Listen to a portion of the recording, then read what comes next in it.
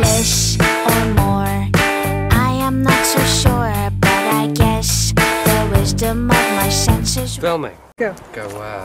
Why did I decide to do Maps of Hell as a crowdfunding self-published thing right now? Well, I was waiting for a sign.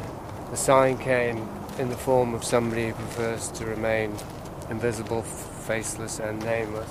It was coming through my hometown of Hope and wanted to kill some time, so he came into the thrift store and he happened to see a couple of my books. Hadn't heard of me before, but he was intrigued by the books, not intrigued enough to buy any, and then happened to be coming through Hope, so he emailed me and let me know, and we put him up at the Airbnb and we went for a walk, and the subject of Maps of Hell came up, and he offered to compile the index for Maps of Hell, which is kind of the number one obstacle. But so I took that anyway as confirmation that it was time. A deep, critical, parapolitical and psychological examination of the underpinnings of Hollywood as a propaganda industry and as a disseminator of abuse culture that is resting on a hierarchy of abuse. The nature of this book, Maps of Hell, was that I was completing a process of mapping hell, the sociocultural systems of abuse that I feel have shaped my identity and to a certain extent my life, approached from many different angles, like a jewel, approaching the same terrain from as many different angles as possible to, over time, create a three-dimensional image of the object, which is the invisible superculture as represented by Hollywood.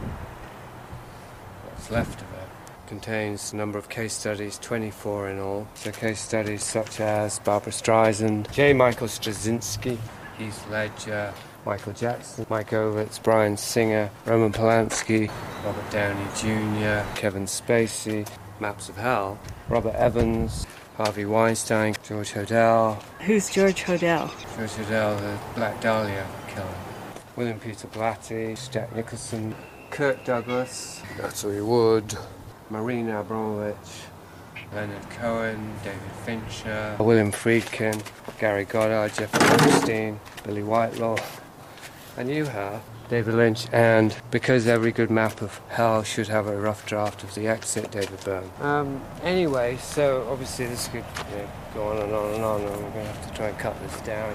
This has transitioned from a mistaken idea that this would be a possibly mainstream book that a publisher would be interested, to a non-starter, to a self-published thing, and to involve others in the process of shaping the finished product.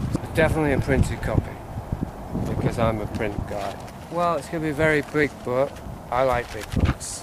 It's going to be a big book. It costs quite a lot, actually. 600-page books, probably $50 or something like that. Yeah. So if you donate $50, then you can get one of the first printed editions of Maps of Hell.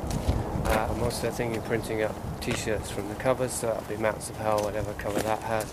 Prisoner of Infinity, Vice of Kings t-shirts. I mean, I would wear them. So the other thing I want to mention also here is that there are ways that people could support this besides giving money, which is by helping to promote the campaign and thereby the book. That would also be a way that people could help this project. I don't want to use Amazon. Don't want to have to use Amazon. Amazon bad. Bottom up, grassroots.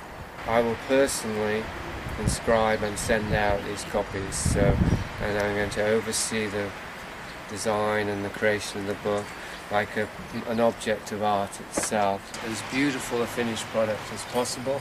There'll be a limited run. Can we do a David Byrne t-shirt? No. Get down! Maps of Hell. You can make it happen. Process. Blissful.